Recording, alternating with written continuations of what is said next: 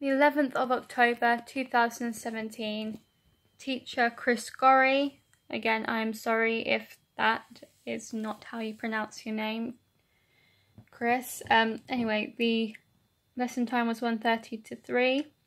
I wrote it down this time. And we were with Group A.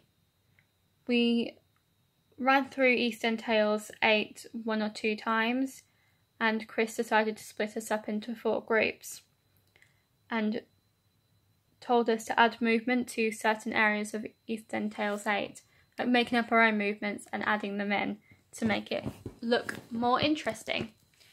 I'll go to Eastern Tales 8 so I can tell you what we'd actually done, because that would be helpful. I've done this in so many different videos where I have not had the right page open or pages open, and now I'm covering my notebook with my script. So, with Eastern Tales 8, he split us up into groups of 4, and we decided that on he'd be a man, we would all flex with our right arm, so he'd be a man.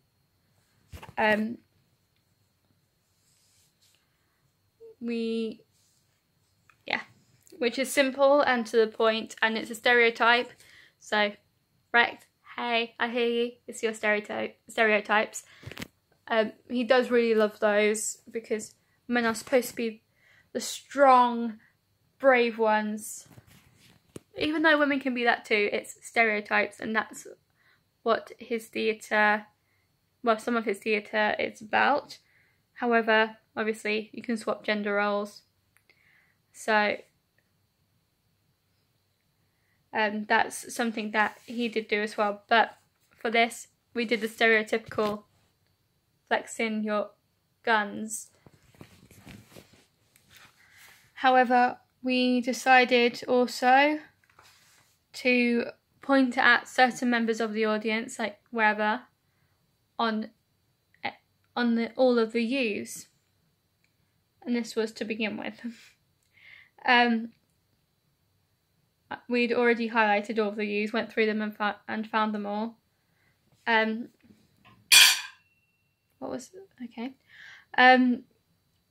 So I'll show you.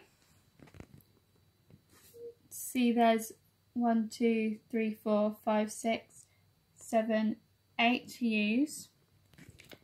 And we decided that we'd split our group into 2. So into A's and B's. Not literally our group A and B, although that kind of worked out, my partner and I. The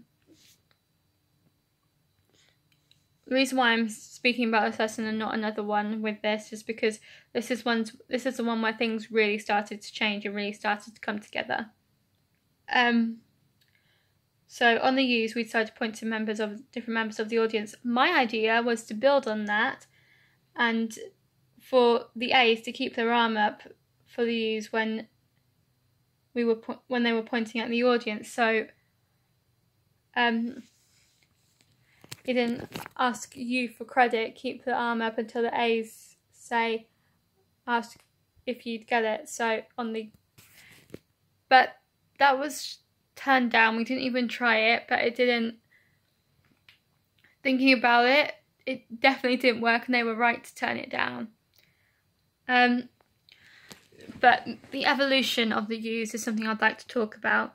So if you noticed, there were some, I don't know if you can see it, let me actually hold it up so I can see that it's in the camera as well. There are some where they've been crossed out. That's because we only decided to do, oh, that was very close to comfort, sorry. We only decided to do the first 2 U's and the last 2 U's because we felt like we were pointing too much and it would distract from the actual text. Another thing we decided to do to add movement, we didn't overdo it like we didn't overdo it, I'm not going to say like some groups. Another group did a lot more movement than us, and that was a lot of movement to remember, but for us, we just decided to keep it simple and put movements in areas to our advantage. So we had, where is it? There we go. Ancient Secrets. On Ancient Secrets, we put our finger to our lips.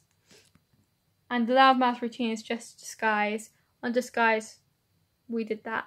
I did not want to talk while I did that because I did want you to hear me. I did want you to hear me when I said that. What we had decided on before with Nikki is stamp on boot with our right foot, on a boot to the jaw stamp, and at home in his own, Jack cuddles the quilt. Everyone cuddling on cuddles. I realise I've not written that down in my thing, but I will write it down because that was something that we had done and that constantly had done. And I did not write it down, I should have. So at home in his own, Jack cuddles the quilt, we hug our partner. So what this whole thing was about is us ending up agreeing.